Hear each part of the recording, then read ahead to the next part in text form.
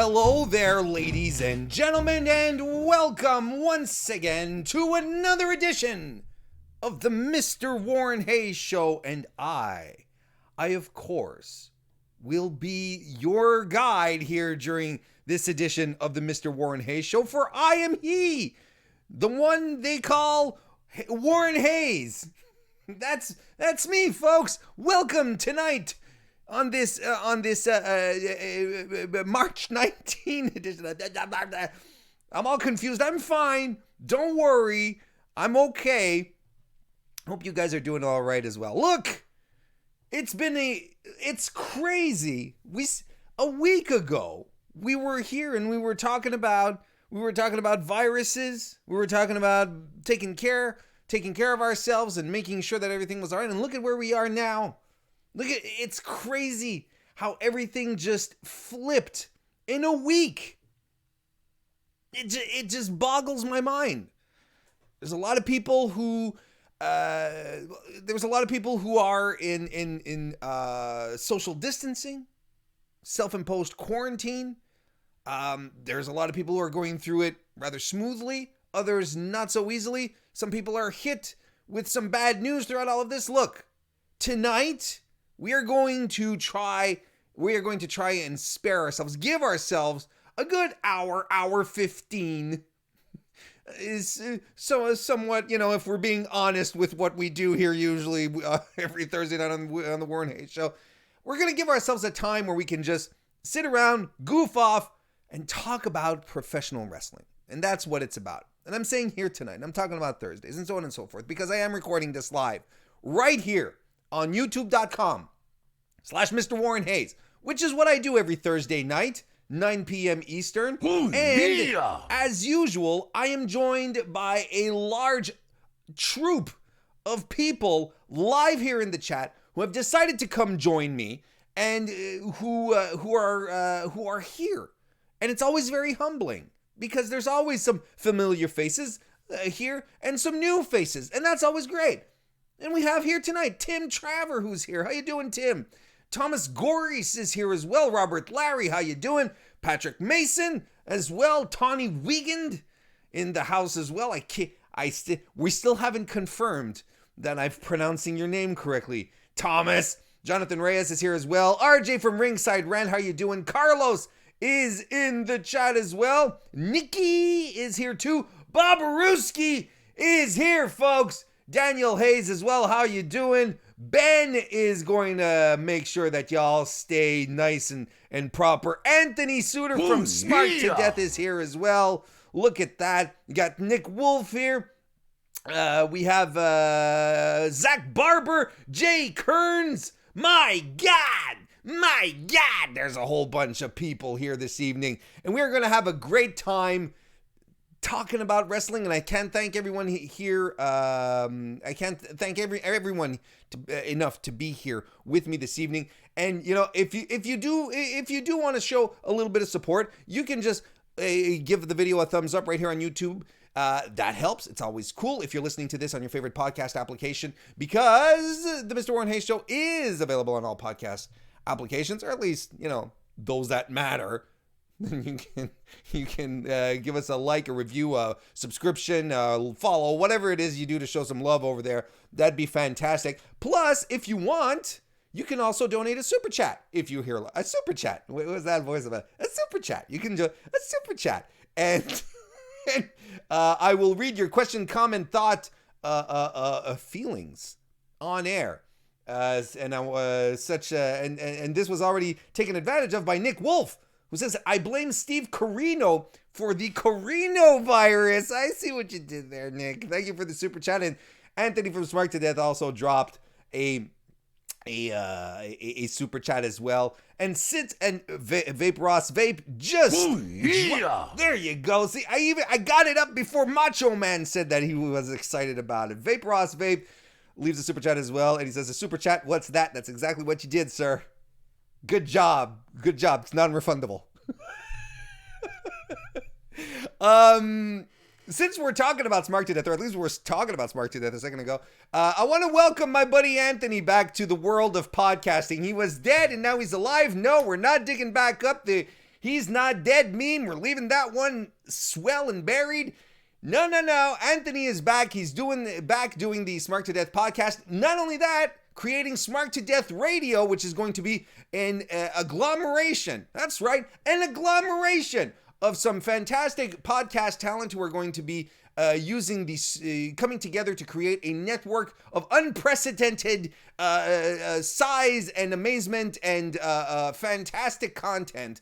Smart to Death Radio. It's going to be, of course, spearheaded by Anthony of Smart to Death. So you're going to hear the Smart to Death podcast there, but you're also going to hear the No Particular Podcast, No Particular Angle podcast by JPQ, Big Paws on a Pup, Queen's Court by the Queen of NE. She's going to be heading over there. And our old friend Mags from the, Mags has all sorts of podcasts. He has 37 podcasts. And all of his podcasts are heading over there. And so will be the Mr. Warren Hayes show. You'll be able to listen to it there on that network as well. I'm very proud to be a part of it. Very happy Anthony's back and that we're coming all together to do these nice and wild and crazy things.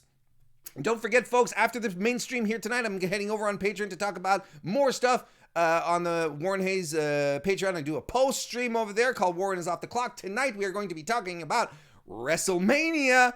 Wow, it's going to be wild this year. It was just announced that it's going to be taped. It's something that we were discussing last night on the Fightful, over on Fightful on the Wednesday Night Wars podcast. We're kind of feeling they'd probably go the taped route with it, and they are. And I'm going to talk about that. I'm going to talk about the state of coronavirus wrestling in and about itself. And I'm also going to talk about football stars as wrestling personalities. Because Gronk. That's happening tomorrow. And don't forget, you can also buy some Warren Hayes t-shirts over at tinyurl.com/Warren Shop and also remember to head to belltobells.com for all your women's wrestling coverage. That's belltobells.com, BELLTOBELLES. Follow everyone on Twitter as well. Bell to Bells. As advertised, we're going to be having some fantastic time this evening doing some trivia. But first, there's still some wrestling to talk about, so let's get right into it. The weekly wrestling inspection begins maintenant.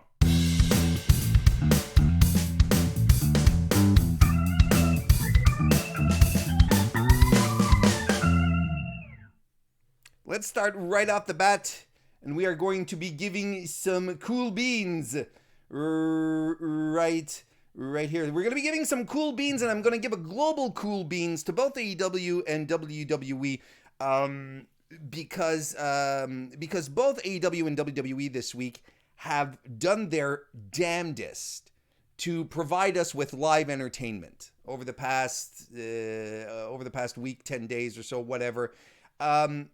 They've really done their best, haven't they? Some were a little more successful than others. That's not the point. The point is that the context right now isn't easy for either company to put on live shows, and yet there they are, scrambling to find solutions and make it happen when cities are shutting down public gatherings, when transportation between from point to point is becoming more and more difficult. The context is not easy for them. So, whether you're a WWE person, an AEW person, whether you like the shows or dislike the shows, we all have to take a moment to appreciate what they're doing, and especially what the talent is doing, because the talent is not immune to any type of transmittable disease. They're putting themselves out there. They're coming into contact with each other. A wrestling match is the complete opposite of social distancing, right? The policies are not being enforced in the ring just yet. So that's something that we do have to take a moment to appreciate. And we're in a very wild moment in wrestling. Again, I thought wrestling couldn't get wilder for a while anyway after 2019 with the start of AEW NXT moving to USA Network, and so I didn't think the wrestling business could get any wilder, but I know it's not exactly related to the wrestling business was happening, but nonetheless, we're experiencing something completely new, out of the ordinary, this something that's unprecedented. So we're learning as we go along. So this is good on everyone for doing that. And if we're talking about the week that just passed, well, we have to start by talking about SmackDown last week. Big cool beans to our boy Triple H, who made the show last Friday with his commentary, with his light antics, his incessant ribbing of Michael Cole. That was a good time. And the rumor on the street was that Cole was supposed to have multiple guests as the show went on, but the decision was made on the spot. They were like, "No, Triple H, go back. You stay on commentary for the show. You're doing a great job." And he's like, "Okay." That's my Triple H imitation. "Okay, I'll go do commentary." And then when he gets on, because you don't really hear Triple H's real voice.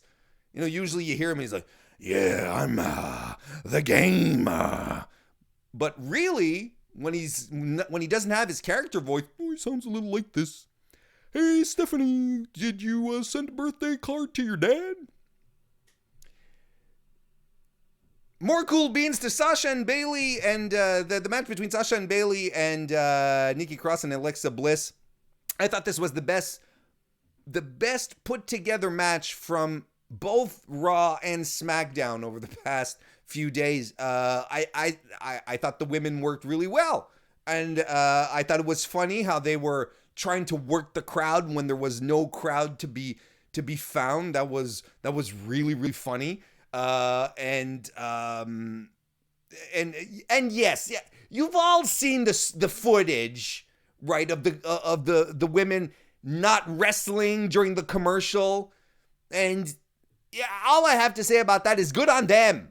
Why would they be wrestling? Why would they be taking bumps while no one is watching? Sure, let them have a break. Sure, this wasn't meant to be broadcast. It doesn't matter. And anyone who's like, they're not putting in the effort, they're lazy, is stupid.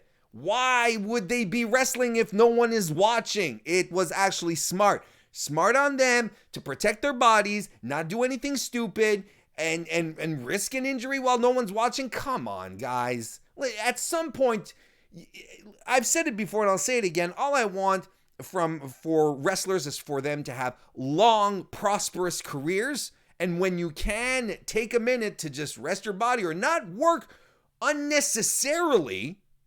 Good on them for doing it. I liked also that Asuka came in to do the attack, and Triple H says, "I didn't see Asuka show up. She must have come in through the crowd." Vintage stuff. It was really good. Let's move on to our first hot trash offering of the evening. We're gonna talk about Jeff Hardy's return. Clearly this was they wanted to push Jeff Hardy back onto camera because of Matt taking up all the attention, and they wanted to make sure, that WWE wanted to make sure that everyone understand that we still have the best Hardy, because in the head of Vince McMahon, Jeff is the best of the two, right? And they're great for entirely different reasons. Both Matt and Jeff, they're great. They're both great, but for separate reasons. Anywho, they get Jeff on there, and it's a 5-minute match, but it's not even. I think it's like a 4-minute match. It was super short. Wasn't a glorious comeback, especially since, what made it worse? It was Baron Corbin coming in to try and get some heat before the match. Cutting a promo on him, but cutting a promo where he underscores his alcoholism, his addictions. He's like, here's what we're going to do in the match. I'm going to have you walk in a straight line. I'm going to have you tell the alphabet backward. I'm going to have you touch the tip of your nose with your finger. Odd how Baron Corbin kind of sounds like Triple H, right? But anyway, that I thought was insulting. It was stupid.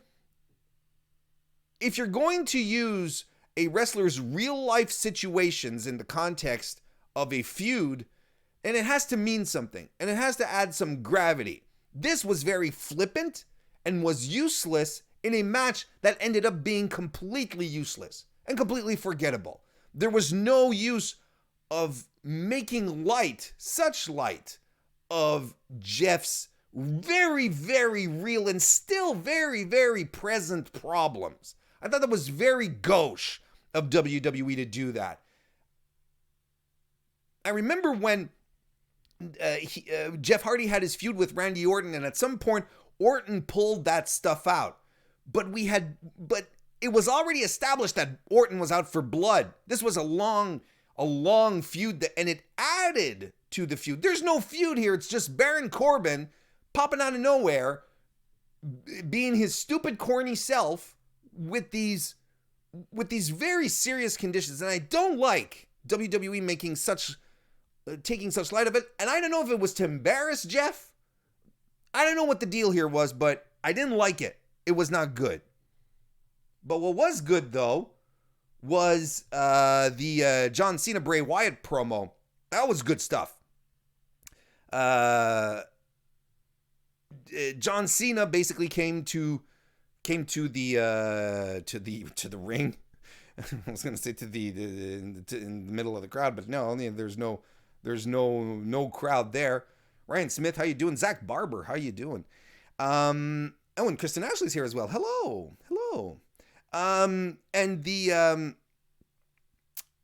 So basically he comes in a response to Bray Wyatt's promo from the week before, where Bray Wyatt was essentially saying, that it was my loss against you at WrestleMania that sort of turned my career into a down spiral. And John countered that saying, how do I respond to someone who blames their failure on me? There's a lot of people who said I was the reason for their failure, but I lost at WrestleMania to guys like RVD, CM Punk, and The Miz.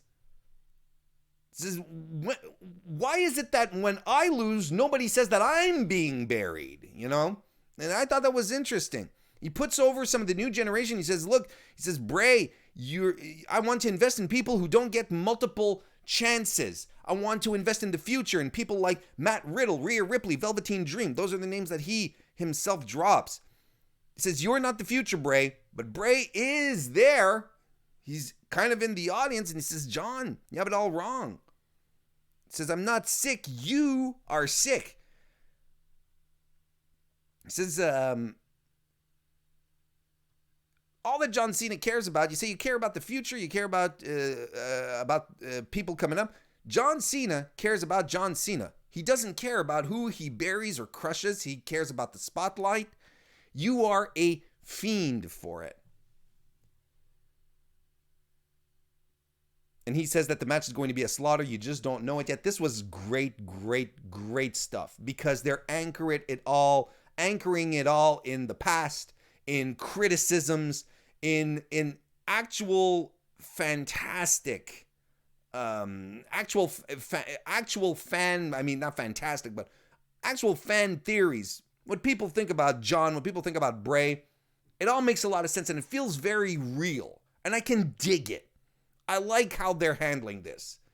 Did they have to fly John and Bray Wyatt to Orlando to cut a promo in the ring? That's debatable. But it was good for what it was. Did you guys see the tweet where this one dude laid a part of the Twin Peaks soundtrack on this promo? You need to check that out. It's on my timeline somewhere. It's probably a little deep now, but it's still out. It is so good. It's a good marriage right there. Good stuff. I'm going to give some warm soda here. Let me take the cool beans away. I'm going to give some warm soda to putting full pay-per-view matches on Raw and SmackDown. On SmackDown, we got the Tag Team Elimination. I speak words. Kyle, how you doing? Welcome to the show. We had the Elimination Chamber match, the Tag Team Elimination Chamber match on Friday. We had the full Royal Rumble, the full Men's Royal Rumble on Monday. That was like over an hour. What is it, an hour and a half? 90 minutes? Something like that. Now, I understand why they're doing this, and I can appreciate the context of them putting on live TV shows, working with reduced staff. I can appreciate all of that. What I have a little more difficulty with is filling up the time with these long matches that I've already seen. Now, I'm gonna talk about this a little later, because I understand that, and people who say, well, Warren, I mean, for people who haven't seen the matches, this is good, and I agree, and I understand that they have to do something. They have to put stuff on the air. Why not just put matches which are extremely relevant to what we're going to see at WrestleMania? I mean, there wasn't anything more relevant that they could do than to put the Men's Royal Rumble there so that everyone can be, oh, right, Drew McIntyre won and he's facing Brock and that should rock, kind of thing. The same thing with the, well, maybe not as much with the Men's Elimination Chamber, the Tag Team Elimination Chamber. That one doesn't have any, we don't really care about it. But it was an okay match. That's not the problem. But the Royal Rumble match, I understand why they did it. It's just that I'm sitting there and I'm watching it and I'm like, why am I watching this? Because I've seen it. But I also understand why they're doing it. So that's why it's warm, soda. Like, I get it, but also it's kind of annoying because it took up half of Raw. I don't know. I don't know. Look, they're doing the best out of a bad situation. That's why I'm not completely crapping on it. But hey, you want to know what's cool beans though from Raw this week? You want to know what's really, really cool beans? Come on. What do you guys think was cool beans? Something that you know that I'm going to dig, that I was really, really happy for. What do you think made me really, really happy from Raw this week? Come on, guys, gals. You've watched me before. You know what? Thomas is the end of the show. All right, I'll just come out and say it. There was no contract signing. Yes, Asuka was a fantastic reason as well. Her stint on commentary was exciting. No contract signing. It was completely avoided. Undertaker came to the ring, saw it was a contract signing, and he flipped the table. He was like, "Fuck this shit. I'm not doing this. I'm the Undertaker." I was like, woo! I know he ended up signing it. Thomas Middaugh, how you doing? I know. He still signed the documents. But there wasn't everyone sitting down and then the passing of the microphones and all that stupid shit. Because let me remind you, ladies and gentlemen, that contract signings are bad creative. It's bankrupt. It's creatively bankrupt as an idea goes. When is the last time anyone got excited for a contract signing? And then someone pointed out on Twitter that WWE made a playlist on the network of all of contract signings. Like, who the hell wants to watch that? Seriously, who wants to sit down and watch like an hour of paperwork of people shuffling contracts around and signing them? It's bullshit. I hate contract signings. Anyway, so we avoided it. And I like the interaction with Gallows and Anderson, you know, where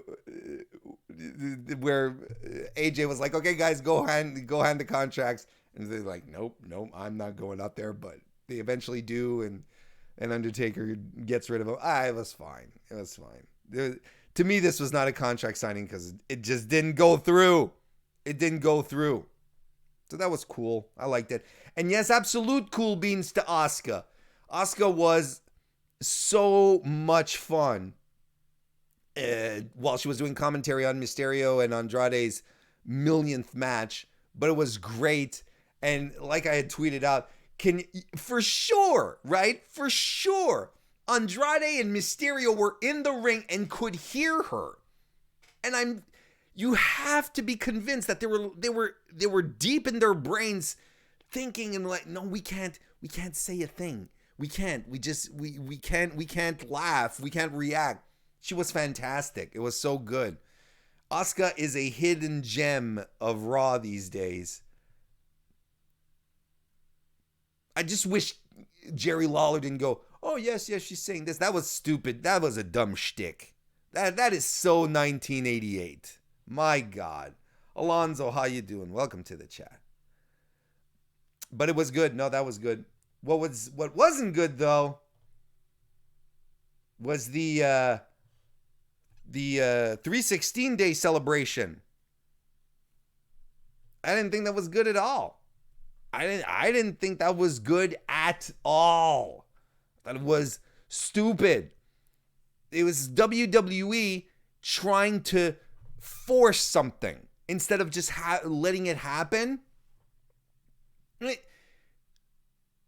was good on them to have figured out 316. It's 316 day, and clearly they're on good terms with Stone Cold. So I was like, well, why don't we use that to promote you? It'll be your day. I kind of dig it. But then Stone Cold comes to the ring with these cue cards and gives us the rules of 316 day, which were so forced and were supposed to be quips, but they weren't really funny. And then why the hell did Byron Saxton decide to get involved and start grading? Like, I get it. Oh, it's so random. It's funny. Not really. It was actually a little more cringe because of the context. Because there was no one around, and then all of a sudden you're like, why is this guy standing up screaming? I liked how it started off with Stone Cold doing the gimme the hell yeah, and then they were cutting to the audience where there was no one. I thought that was kind of funny, and they could have played off of that. They didn't need Byron Saxton. But then again, I understand why they needed Byron Saxton, because they needed someone to feed to Stone Cold, to eat some stunners and get beer poured all over them. So Byron was perfect, but he could have just had a segment at the end. The whole thing was very poorly executed because of the small environment, and they were trying to make this work as if they were in an arena, instead of thinking that, instead of playing to the cameras, instead of playing to the fact that everyone is here, they could have done something completely else. And they could have had Stone Cold come to do a rah-rah speech. He would have done something fantastic. A little off the cuff, a little script, put it all together. Something to motivate the WWE universe moving forward into these uncertain times. And, we know WrestleMania is going to be something unique, so on and so forth. But instead, they decide to force feed us something that won't catch on like this. They're going to, next year, for 4 weeks before, in February, all throughout February, they're going to start promoting 316 Day, and they're going to start pulling back out all these stupid rules. I mean, it's a testament to how poorly thought out your final segment is when Stone Cold Steve Austin can't save it, right? Chris Jacobs and Mags, how you doing? Welcome. So that's my those are my thoughts right there about Raw. And it's a shame to end it on some hot trash, but we can move on to some cool beans. Talk about No Fans Monday. Did you guys get a chance to watch that? The Wrestle Talk show that was organized on Monday, that was put together by the folks at Wrestle Talk and Will Ospreay. That was good stuff. Aired Monday. It was streamed live on YouTube. It was Wrestle Talk's first show being put on at and first wrestling show, first stream. It was good stuff. I thought it was a good show, but you had David Starr, who had a great match there, but then it was capped off by Will Ospreay versus B. Priestley, and that's your go-to. That's what you want. And my God, did you know those two date? Because you could swear they just hate each other. Jesus. I mean, I love the story of the match where, Will was the bigger guy, and it's odd to say, interesting to say, he's the bigger guy when usually he's not considered to be one of the biggest, but he's bigger than her, so she's doing everything she can do to try and resist and put up a fight kind of thing. And Ospreay was unloading. He was not pulling anything back. Those chops he was delivering to B. And he was actually playing the heel here. But B clocked in some great offense as well. The draping DDT she did on the apron. He landed square on top of his head. He just stayed like that. And then she goes onto the top turnbuckle and does a stomp over as he's still draped. And he falls to the floor, but she falls to the floor. That was crazy. Nick Wolf in the chat says, B. Priestley practicing for Nyla Rose. Thank you for the super chat, Nick. And he sent another one because Will is bigger. Yes. That's actually pretty much it. That's warm up for Nyla Rose. I don't think Nyla Rose is as complete a performer as Will Ospreay is, but I get your intention, and I agree. B reverses at some point. She reverses out of the Stormbreaker and into a Code Red, which was fantastic. It was such a brutal fight. B tried a couple of times to get the Ocean Cyclone suplex, but she couldn't lift him. She couldn't lift him up. And Ospreay hits the back elbow on his girlfriend and the Stormbreaker. And then after the match, he cradles her, puts his head, and he gives her kisses, and he did good. Only in pro wrestling, man. This was so good. I'm exaggerating. Of course, I know. They're both of them are okay with what happened. They're both professionals.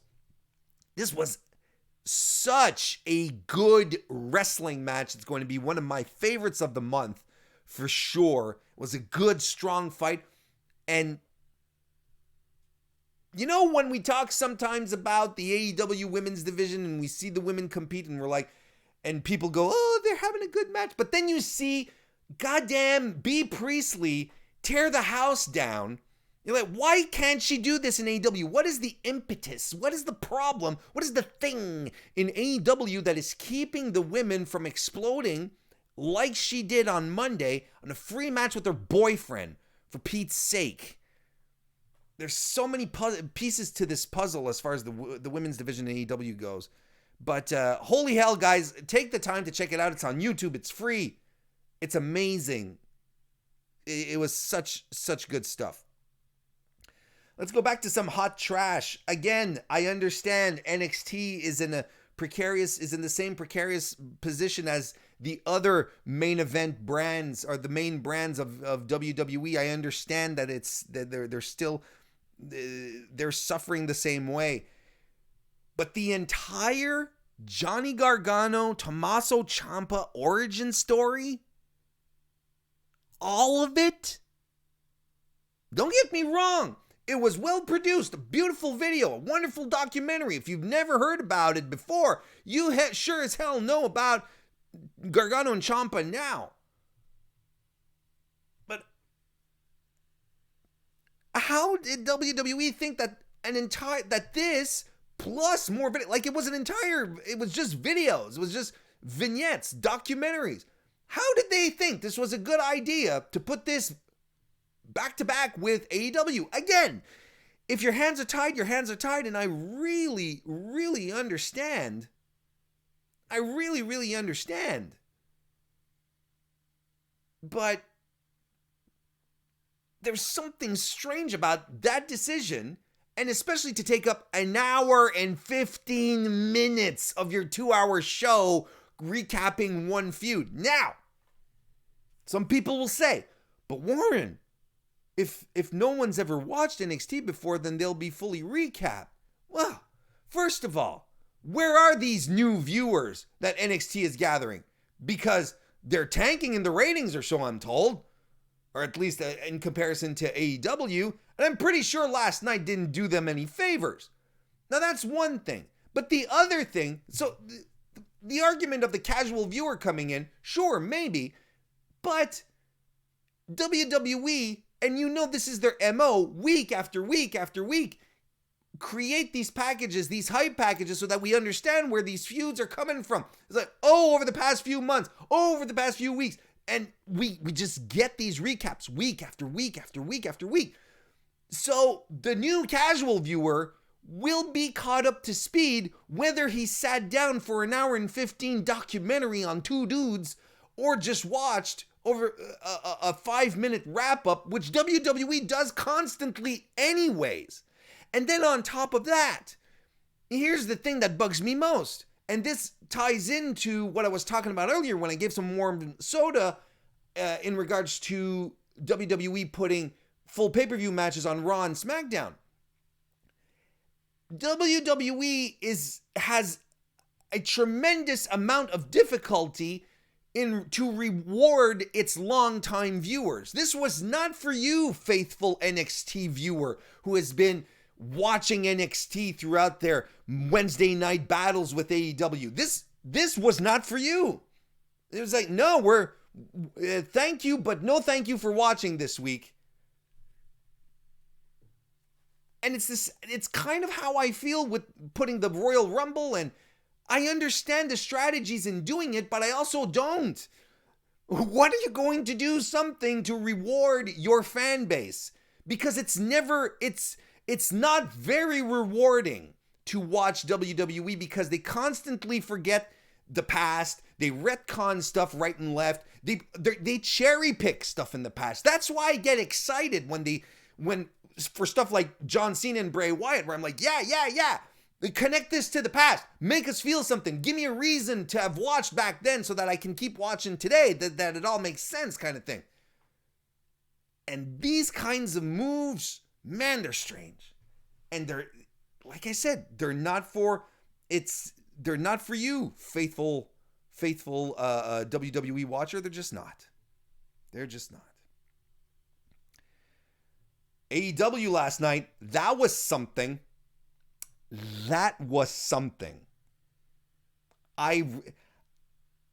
Despite the fact that they're dealing with the coronavirus as well, despite the fact that they have the same logistic complexity with their talent and their crew, here they are putting on a show, a full show, bringing out the pyro and doing all sorts of little things to give you the impression that, you know what? If you didn't watch this week, you would have missed something. That's not the impression I got watching Raw or SmackDown, and especially not NXT this week. But AEW again, despite it all, I should take the hot trash off because now this is cool beans, right? This is good stuff that they're doing and that they did. It starts with Cody doing his speech for everyone, saying that what's happening in the world right now. It's events like this that make us feel so small. And in the meantime, the camera shot is very wide, and Cody does look very small in the ring, in the empty arena. It doesn't feel grandiose. Feels very, very down to earth. Connection is created right there. He brings the elite together, saying, we've got a lot of stuff to work through. They call out on Adam Page. Are you with us, Page? And he just stands in the back, takes a sip of his drink, and he walks back out while he nods and says, yeah, I'll be with you guys for blood and guts. Man, Cody is such a great, authentic promo. That's the thing that makes him so fantastic. It was amazing all the way through this promo. Right up until they call the pyro, and then you're like, my God, we're kind of getting a Dynamite in an empty arena. And that kind of felt good. And I like the little touches that they did here. Yes, adding the pyro, a little overboard, but was still cool. Having wrestlers be in the audience to heckle and or cheer on, that was cool. I really like just the fact that they took them a minute to have MJF and Sean Spears just have a quick interview with Tony Schiavone saying, we're out here because we're gambling on the matches. That's all the explanation I needed. Otherwise, I'd be wondering, I'd be saying, why would MJF even care to be out on the floor to watch these matches? It's MJF. He doesn't care. But with Spears, and they're dealing money and they're gambling, and it's like, that's it. That's all I needed to know. And then it made sense for him to react. It made sense for him to jeer. Everything connected. Everything worked. Now on the other side, you have the baby faces. And no, it wasn't a full audience, but just hearing the reactions, hearing the talent on the sidelines feed into this made it feel more complete, made it feel more unique, made it feel a little more special than what WWE was doing. I dug it. I dug it tremendously. Another thing I dug, more cool beans, Brody Lee's the Exalted One. It couldn't have been Matt Hardy, because Matt Hardy can't come in as a heel. He just can't. Maybe he can become a heel, but he can't come in as a heel. He just can't. He's going to get pops. People are going to be excited to see him. We were all excited to see him last night. Imagine if there had been people in that audience. My God. So Brody Lee, the Exalted One. This is a guy, he's been wrestling forever, man. He's been wrestling for almost 20 years at this point. He's had some crazy ups and downs in WWE, but the thing is that he was always a really, really good big man that can cut promos and can go. And I think there's something very special here that the former Luke Harper, who was a follower in WWE, now leads his own cult. I like how when he was beating up SCU, he had a little wink to Sister Abigail just before doing his clothesline. I liked it all. I think it's a good. I think it's a good. He's a good addition, and I think it's gonna work. Angel Reed, how you doing? Welcome to the chat. And finally, cool beans to the main event. I didn't know what to expect from AEW, and they delivered. They've been delivering since January on a consistent basis. The main event was great. There was a great story that was told. Oh yeah. The story is that the Elite is in shambles. Thank you, Michael Morgan, for the super chat. I'm just going to interrupt my thought here. He says, AEW just gets their fans. It's so refreshing. Hope you're doing well, Warren. I am doing well, living my best life here. But AEW just they understand what makes people happy. They really do. It's fantastic. There's a great story that was told here, and that the Elite is in shambles, and they underscored all the problems in the Elite. You know, Matt Jackson and Paige just can't get along. Kenny Omega's wrist is broken. Nick is out. They don't know when he's coming back. Jericho on commentary, my God, he was so fantastic. Guevara doing the karaoke of Judas as Chris was coming in, and Chris was corpsing. And Paige is so good. I say it every week, but he is so good. His pump handle follow-away slam into a bridge is always cool to see. Hager does a great Vader bomb. The Inner Circle did a great job making Cody the perfect Ricky Morton. It probably wouldn't work if Cody wasn't such a great babyface to begin with, but it did. Hangman got another extremely good hot tag. I liked how when Matt Jackson was doing his rolling Northern Light suplexes, Jericho on commentary says, "Oh, this is a good move. A little bit pompous, but a good move." I just cracked up. Everything was funny. It was so light, and everything flowed. I like how Matt and Paige at some point sort of put their differences aside. They try to do an indie taker, but it doesn't happen. But the Elite lose the match. Jericho makes a decree to ban all fans for future AEW events. And then and then Vanguard 1 shows up. And Matt Hardy is going to be taking Nick Jackson's place in Blood and Guts. Matt Hardy is there. The piano, the broken suit. Look. Matt Hardy, he is a beloved wrestling figure. People love the guy. And he, as well, has traversed many hardships to get where he is today.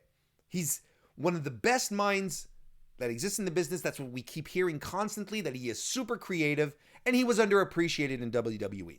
I have no issues with him going somewhere where his talents will be put to execution. He wants to be in a place where he can have a canvas and have a little fun with it.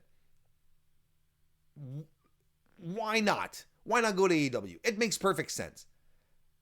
And on top of that, regardless of how much time he does have left in the ring, he is such a great get for the company and about itself, because here's a guy who can produce matches. Here's a guy who can come up with some fresh ideas. Here's some guy that can sit around and develop long-term ideas. I'm completely excited about this. I couldn't be happier for Matt Hardy. It makes perfect sense for him to be there. Good get AEW. There you go. It was a good time. For a pretty... There's still a lot to talk about in regards to wrestling, even though there's coronavirus and stuff. But hey, that was fun. That was the weekly wrestling inspection.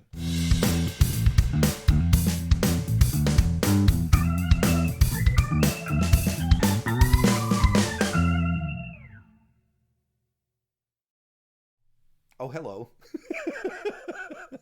Hey, don't forget, if you want, you can drop a super chat anytime. If you want to show a little love, that's a good idea. You can also show us a little love by leaving a thumbs up on the video here on youtube.com/MrWarrenHayes. If you're enjoying this so far, it's been a good time.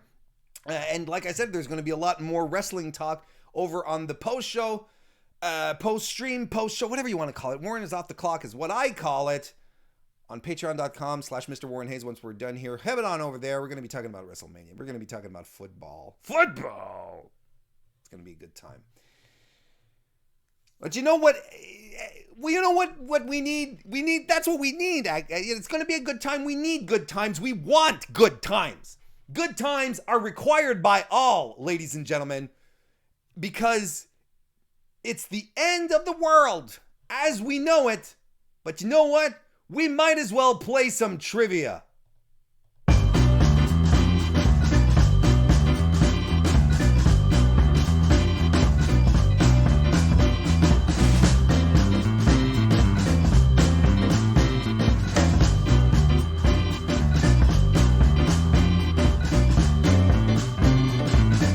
Yeah, ladies and gentlemen, that's right. Tonight on the MrWarrenHayes Show. Wait a second. I didn't want to make that disrespectful. There we go. Tonight on the MrWarrenHayes Show, we are going to be playing some wrestling trivia. That's right. We're going to have a good time here for the rest of the show. I've got all sorts of stuff ready. We've got questions all set up, and I've even got a little leaderboard set up here for those of you who want to participate. It's going to be really easy. Let's get this out of the way first and foremost. Warren, is there going to be prizes? No, we're doing this for clout. We're doing this absolutely for clout. There's no other prize. There's nothing there's no carrot at the end of the sticks, at the end of the stick, other than you being able to go out of here, go home to your wife and kids or your husband and dogs and tell them, hey, you know what? I was the #1 trivia player game person on the MrWarrenHayes Show tonight. Instant clout. That's why we're doing it. So this is how it's going to work. Yes, Warren, clout is the best kind of clout. So this is how we're going to do it. It's really, really cool. I have a bunch of questions here divided into 3 separate sections. we're all going to look for answers in the chat. All right, so you're all going to type your answers in the chat. There's going to be two types in this first round, which is the questions, the general knowledge questions round. I'm going to be asking two types of questions. There's going to be multiple choice, or there's going to be open-ended questions. Ooh la la. So basically, you answer as quickly as possible to either or, and the first person. And I'm going to attribute points to the three fastest and correct answers. The first fastest and correct answer is going to get 3 points. The second is going to get 2 points. And the last is going to get 1 point. Now, the multiple question, the multiple answers are going, you'll just have to write down A, B, C, or D. You'll just have to go A, B, C, or D. But on the open-ended questions, you'll actually have to type out the answer, and if there are names involved, I'm going to be looking for exact spelling. Ooh, ooh, ooh. So it's all about speed, folks. So you can't just hang around and check your answers out on Google. You can't just do that now. You're gonna have to go lickety split fast. So if you get some correct answers, I'm gonna add you on the board here, on the leaderboard. It's going to be a good time. And I have 10 slots set up, but we can add in more if need be. Are you guys and gals ready for the end of the world wrestling trivia game tonight? Get your fingers ready. You have to do some exercises like this. That's how I warm up.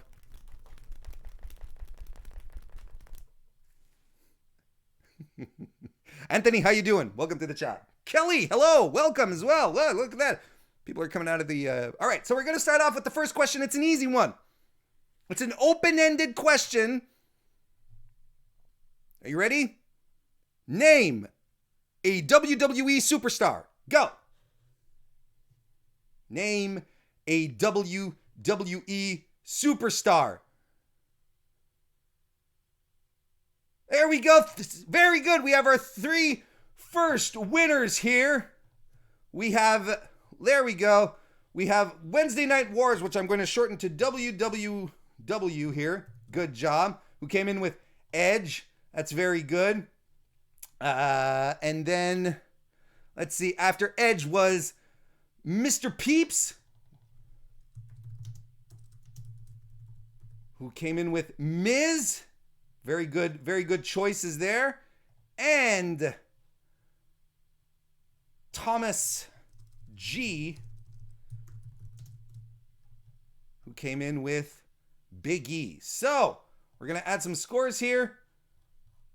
So that means, there we go. Wednesday Wrestling Wars gets 3 points. Mr. Peeps gets 2. And Thomas G gets 1. Good job. We got our first people on the leaderboard. Good job, everyone. All right, now we're on a roll. Let's keep getting that. Keep heading to the cloud. Question number 2. Who attacked first? Is it A, Johnny Gargano, or B, Tommaso Ciampa? Who attacked first? A, Johnny Gargano, or B, Tommaso Ciampa? Oh, and we got our 3 winners already off the bat. We've got Wednesday Night Wars. My goodness, you guys are quick. So we have Wednesday Night Wars, who got the B in Thomas. Here, I'll just add the scores here. So Wednesday Night Wars gets another 3 points.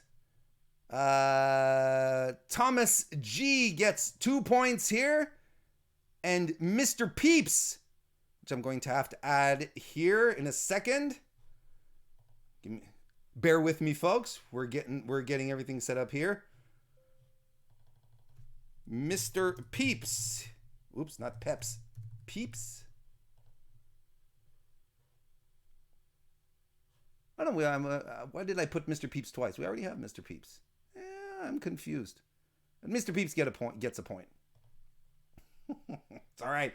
Hey, we're trying stuff out here tonight. We're having a good time. Give me a break, everyone. There we go. All right. Leaderboards have been updated. Now remember, on the multiple choice questions, you just have to answer the letter A, B, or C. Okay, here's another question. Question number 3. I'm doing good, Kristen. Thank you. It's all good. It's all good. Question number 3. Which of these tag teams aren't really composed of related brothers? Are you ready for this? A, the Young Bucks. B, Ole and Arn Anderson. C, the Usos. Or D, Harlem Heat. Which of these tag teams aren't really composed of related brothers? A, the Young Bucks. B, Ole and Arn Anderson. C, the Usos. Or D, Harlem Heat. And we've got ourselves our 3 winners here. The correct answer was indeed Ole and Arn Anderson. They just have the same last name. We have Nick Wolf who's going to appear on the leaderboard. Let's get him up there. Good job, everyone. It's going well. So Nick Wolf. And we're also going to get Zach Barber up there as well. There we go.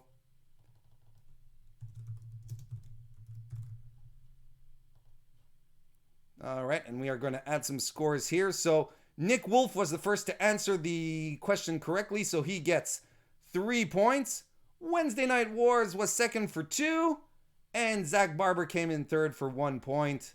Got some new people on the board, folks. All right, next question. Which of these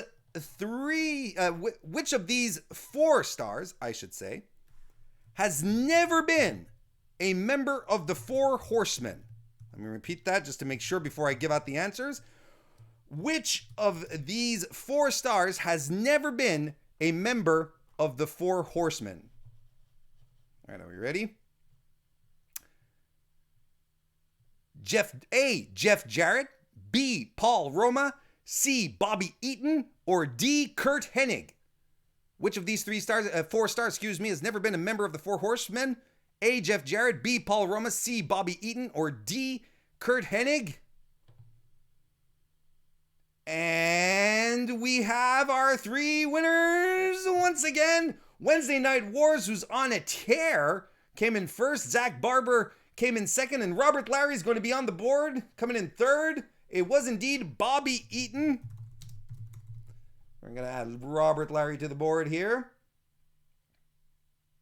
And add some scores. So as we were saying, Wednesday Night Wars answered first, so gets 3 points. Zach Barber in second with 2 points. And Robert Larry's on the board. Robert Larry!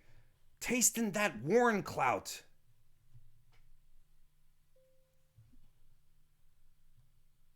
All right. So yes, it was Bobby Eaton in this case. All right. Next question. It's an open-ended question, so I'm going to look for exact. You answered first. Oh, yeah. Nick? No, I have you at the. I have. I can show you a screen cap right here. Of the feed that I have here. I don't know, maybe there's a bit of a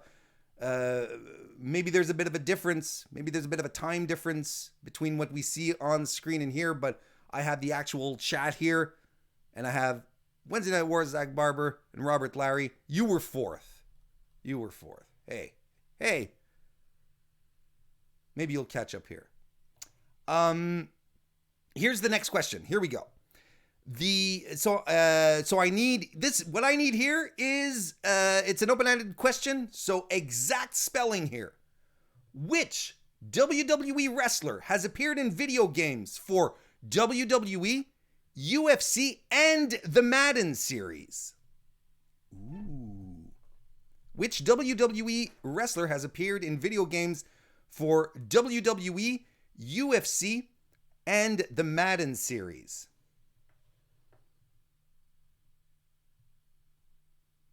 There we go. We have our 3 winners right here. Patrick Mason, Zach Barber, and Anthony Gaston, who have answered Brock Lesnar and all spelled it correctly. Good job.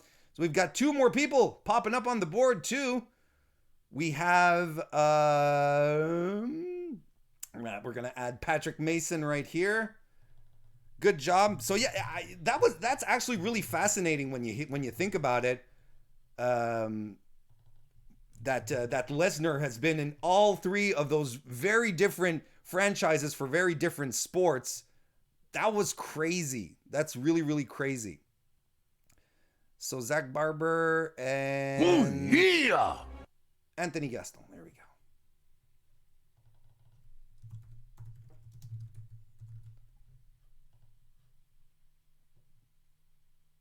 There we go. So we're going to add some scores here. So Patrick Mason is going to jump on the board with 3 points. And then, let's see. We were saying Zach Barber was in second. And Anthony Gaston with 1. Here we go. Good job. Aaron Jace fan says, how you doing, by the way? Welcome. This is a fun trivia, you guys. Wednesday Night War still very much ahead in the lead right now. All right, here's another question. It's a multiple choice. Get ready. Who was Triple H's only pay-per-view opponent in WCW? Was it A, Cactus Jack, B, Alex Wright, C, Jim Duggan, or D, Johnny B. Bad?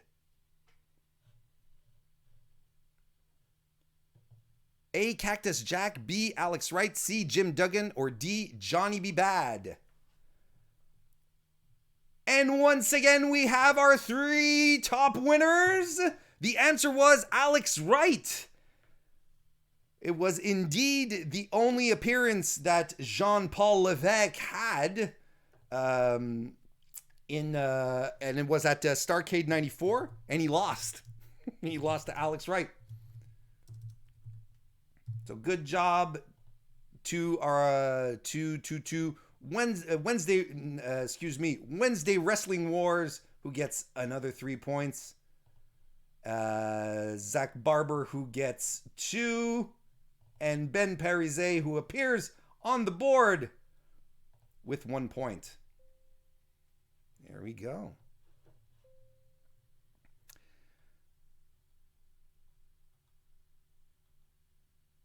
Which of the following wrestlers held the U.S. title for less than 1 day? It's a multiple choice. All you have to do is add in the letter. Is it A, Michael Hayes, B, Jinder Mahal, C, Mr. Wrestling, or D, Raven? Which of the following wrestlers held the U.S. title in all its history for less than 1 day? A, Michael Hayes, B, Jinder Mahal, C, Mr. Wrestling, D, Raven. Well, we have our 3 winners. The correct answer was D, Raven. And we have Wednesday Night Wars again, Robert Larry and Derek Stark. Welcome to the chat, who is popping up on the board. Good job, Derek Stark. So let's hand out these points. Good old Raven, you know, he didn't have a great time in WCW regardless. So 3 points for Wednesday Wrestling Wars. Robert Larry gets 2 points, and Derek Stark on the board with 1.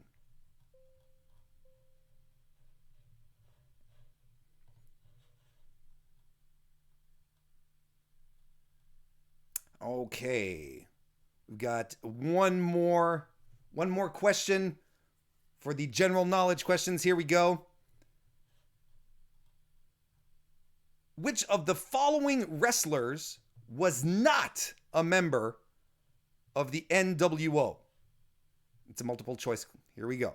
A, Dusty Rhodes, B, The Great Muta, C, Louis Spicolli, or D, Meng?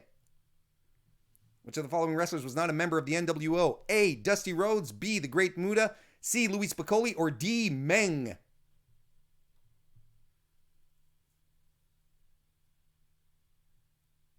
And we have our 3 correct answers that just popped in. The correct answer was Meng.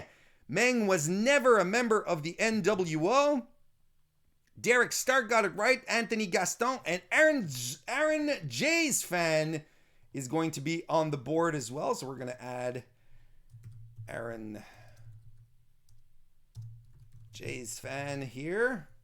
Good job. And add some scores. So we were saying over here, Derek Stark gets 3 points for answering first. Anthony Gaston gets 2. And Aaron J's fan rounds it out with 1 point. He's on the board. So now we are going to move on to another category, another different set of questions. I am going to read out some actual theme song lyrics. I'm going to read out actual theme song lyrics to wrestler theme songs. What you have to do is identify the wrestler, not the name of the song, but the wrestler to whom this theme song belongs to. Now, since these are open-ended questions, I am expecting correct spelling. All right. So yes. Thomas says someone had some spare time today. Yeah, because we're all locked in. No, but these were fun to do. This was good. So, all right. So, theme song lyrics. We're going to start with the first question here. The first theme song. I'm not singing them. It's spoken word. Here we go. No, they don't want none.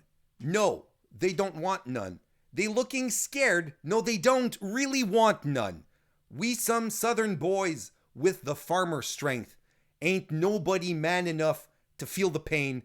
And you could be next. You better give respect, cause ain't nobody breaking this red neck. And yes, that was AJ Styles.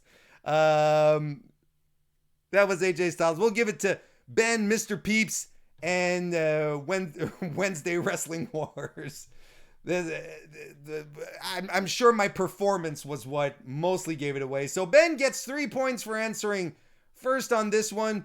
Mr. Peeps comes in second. Where did Mr. Peeps go? Mr. Peeps, I can't find you on the list. Oh, there you are. On 2.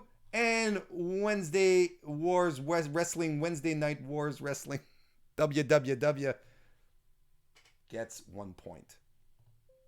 There we go.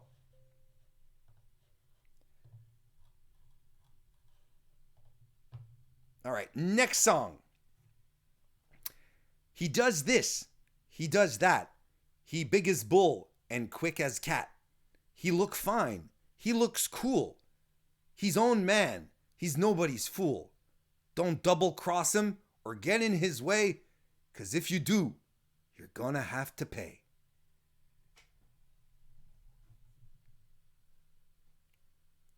Oh, we already have our 3 winners. I was sure no one was going to find this one. I'm going to be like, what? I have no clue who this is. It is Sting. It is the man they call Sting. It was his third. It was actually his third theme song in WWE, in WCW, excuse me. Well, good job, Anthony Gaston, Wednesday Wrestling Wars, and Ben for coming up with this one. So Anthony gets 3 points. Wednesday Night Wrestling Wars gets 2, and Ben rounds out with 1 point. Good. I was convinced like everyone was going to be like, what? Who? What? Kind of like Mr. Peeps. It was like, what was that song? All right. All right. Here is song number 3. Get ready. Like Tropicana, I got the juice. Off the leash to let the dog loose. Don't make me call up the crew. Now they getting scared when I call up my troops. I'm the one like Neo, cocky like Tio. No one could guard me like I'm shooting a free throw. This is illegal. My flow is legal. And it's me. There will never be a sequel. See, I'm fly like a pelican. Yeah, it's MVP. Oh my God. My God. I still can't believe how terrible the lyrics to his theme song are. They're really bad. Anyway, congratulations, Derek Stark. You get 3 points here. Patrick Mason scores this round as well for 2. And Mr. Peeps. Where is Mr. Peeps? Why can't I find Mr. Peeps? There we go. Why is it always Mr. Peeps? Gets 1 point. Still moving on the board.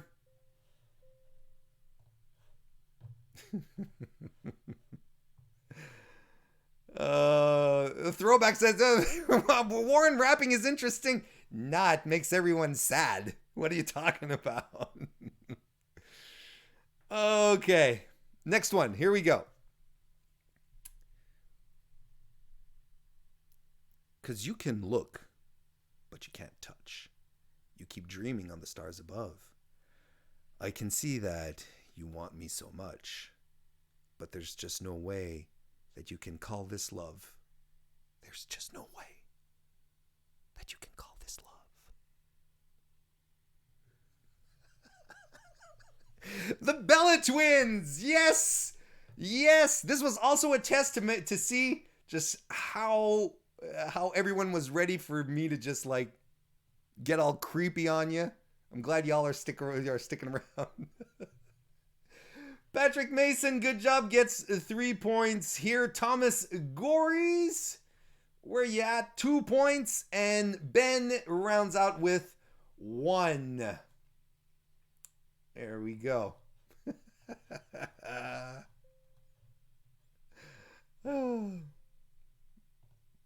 We're getting up there.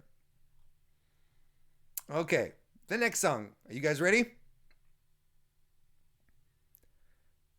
Style and Grace. I'm never going to be done. Lean on in. Now, welcome to the Queendom. The Queendom, where the kings bow down, then relinquish your crown. Y'all gonna hate me now. I'll just turn that around and make you love me, love me, love me. And that is correct. Stephanie McMahon is what we were looking for. Yes, Stephanie McMahon was indeed the recipient of this, these beautiful lyrics. Zach Barber got in first for 3 points. Good job, Zach. Thomas Gories got it as well. Where are you, Thomas? Right here. So you get 2 points. And Patrick Mason doing well this round, Patrick. Good job. Rounds it out with a point. Leaderboards are updated. Zach Barber catching up. All right, here's a hard one. It's a tough one, okay? You guys are ready? I love to love 'em. I love to kick 'em. I love to shove 'em. I love to stick 'em. Love to flaunt 'em. I love to watch 'em. I love to pick 'em. And I'm gonna kick 'em. 'Cause I'm an ass man. Yeah, I'm an ass man. Yes, I'm an ass man. Oh, yeah, I'm an ass man.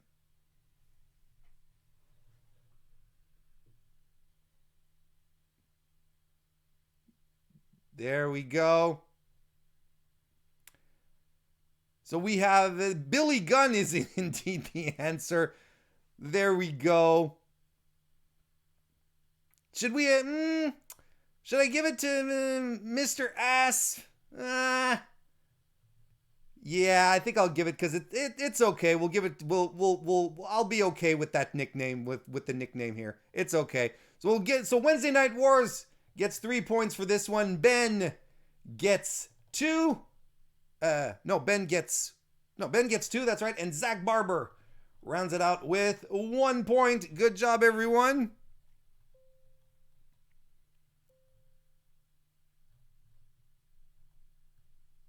Okay. Here's an easy one this time around, though. You guys ready? You've done it now. You've gone and made a big mistake. And I can't allow you to think you can just walk away. So turn around and face the piper. You're going to pay. Because the end is now. This is going to be your judgment day. A cheap shot. That's the way you're going to play the game. I was blindsided, but things will never, ever be the same. Nice guys, they always finish last, but badasses always kicking assholes' ass. How did you guys know it was The Undertaker? I thought this was another one that I was going to stump everyone. I don't remember the lyrics to this one. I barely remember this theme song from Taker. Good job, everyone. Zach Barber gets 3 points on this one. Patrick Mason back up with 2. And Derek Stark rounded out the bottom with 1 point. Leaderboards are updated.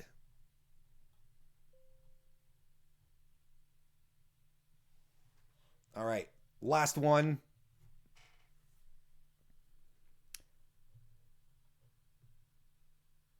Are you guys ready? Last one.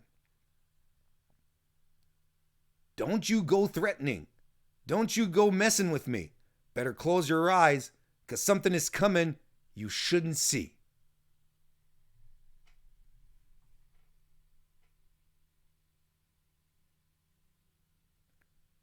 Don't you go threatening. Don't you go messing with me.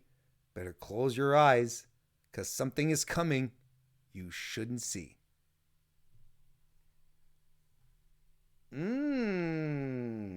The answers are not pouring here. Am I stumping you, chat?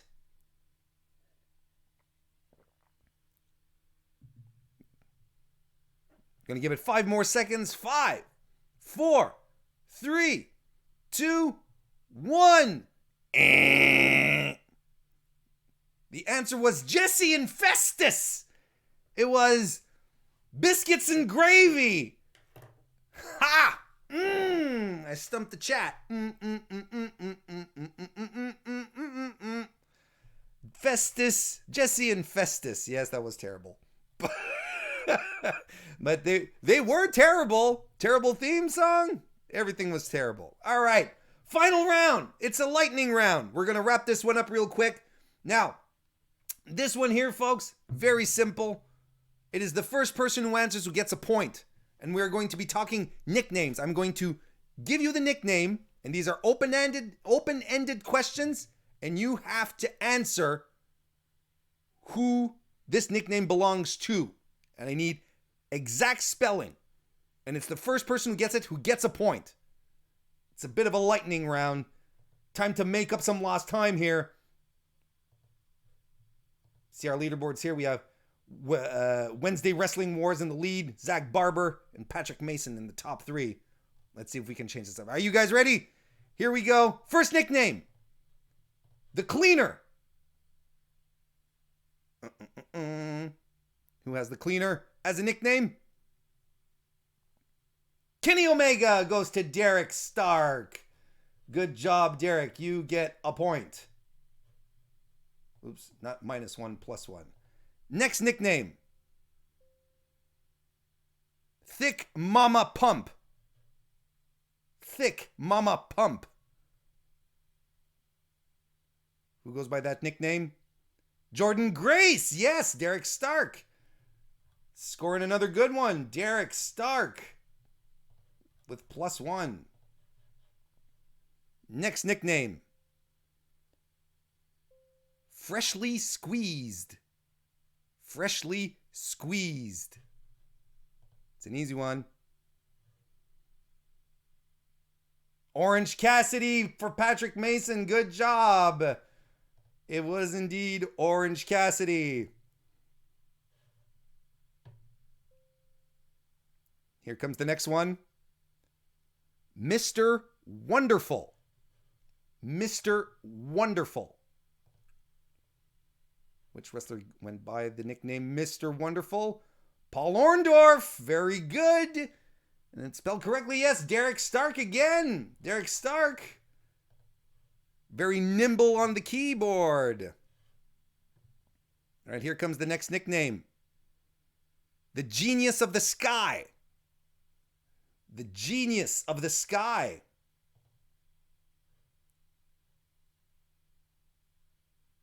Io Shirai. That's right, Patrick Mason. Good job. There's another point for you.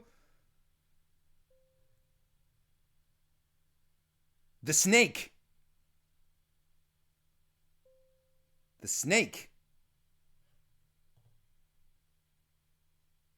Jake Roberts, indeed. Derek Stark. My goodness. Another point for you. Here's the next nickname. Above Average. Above Average. And no, this isn't a joke. Above Average. Zach Barber got it. Mike Sanders. Good job. Zach Barber scores a point. It's the worst nick. It's the worst thing. Anyway. Here comes the next one. The Anvil. The Anvil.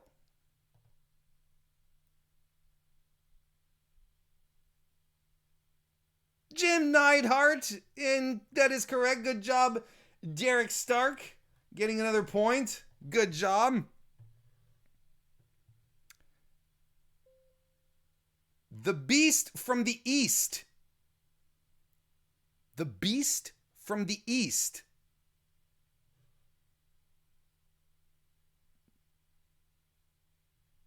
Bam Bam Bigelow. Zach Barber, you spelled it correctly. Good job. Sorry about that, Ben.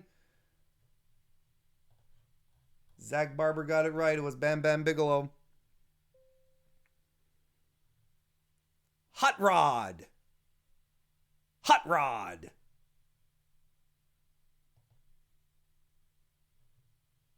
Roddy Piper, Wednesday Wrestling Nighters, gets one in. Good job. It was Roddy Piper.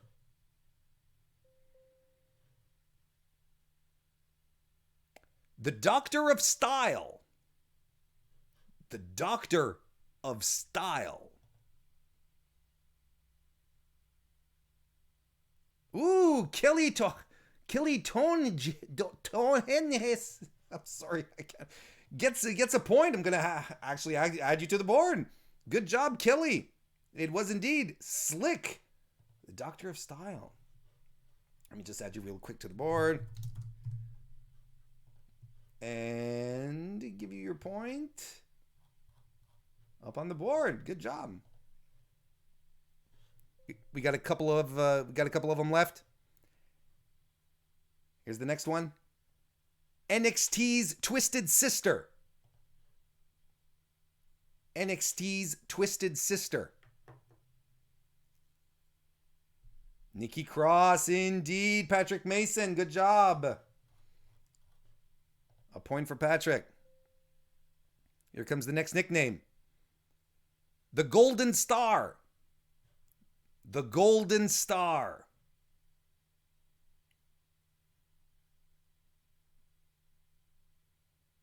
Kota Ibushi, correct. Wednesday Wrestling Wars.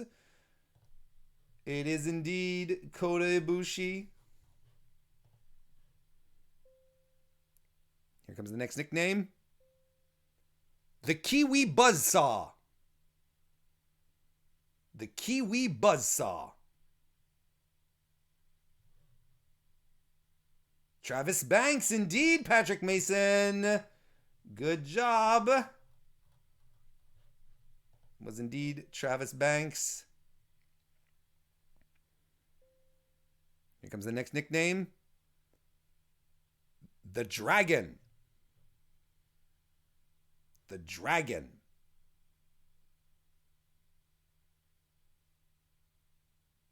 That's right, Derek Stark got it. Ricky Steamboat.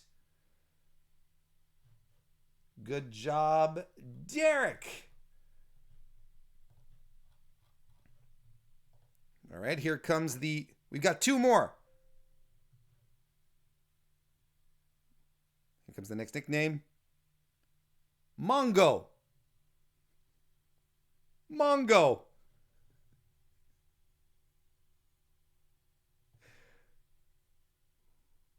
Steve McMichael. That's right, Derek Stark. One of my favorite wrestlers of all time. And the last nickname. Are you ready for this? Ladies and gentlemen, the last nickname, the Rainmaker. The Rainmaker.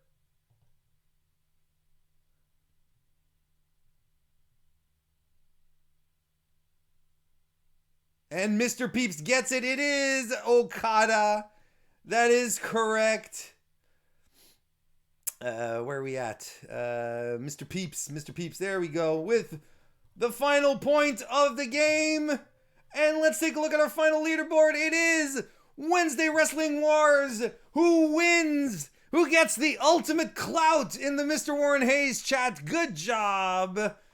Zach Barber comes in second. Patrick Mason third. Derek Stark number 4. And Ben Parise with 8. Thank you everyone for playing. That was good. This was fun. And I went clearly over my usual time, but I was having a good time. You were, and I think everyone was having a good time. This was good. I hope you guys enjoyed it. This was a lot of fun. And yes, that happens, right? That happens. You have a little free time. You put trivia games together. That's what, we're all learning new things about each other in these trying times. Folks, I'm glad everyone hung out and hung around for the trivia. I hope you guys enjoyed it. Hey, let me know. Send me a tweet, a DM, a comment on the YouTube video. Let me know if you like this. Might do it again sometime. It'll be a good time. Maybe clout chasing on the Warren Hayes chat will become a thing. Who knows? But in the meantime, go chase clout over on patreon.com/MrWarrenHayes. I don't know. I'm going to head on there in just a few minutes. I'm going to talk about a little more wrestling related stuff before I head on off for the night to go watch The Sinner, because that's a hell of a good show. But do go check that out. Patreon.com/MrWarrenHayes. It's the post show that's going to start in just a couple of minutes. And I want to thank Kristen Ashley, a tremendous deal, who helped me put all of this together. Helped me a lot with the questions and so on. Thank you so very much, Kristen, for your crucial collaboration here. I really, really did appreciate it. And I really, really did appreciate seeing all of you here tonight once again on the Mr. Warren Hayes show in the chat. Thank you so much for joining us. Be sure to come and watch me over on Fightful tomorrow night after SmackDown. Sean and I will probably have a couple of things to say. Hopefully stuff will happen. But in the meantime, thank you all so very much for popping in, and I'll see you next time.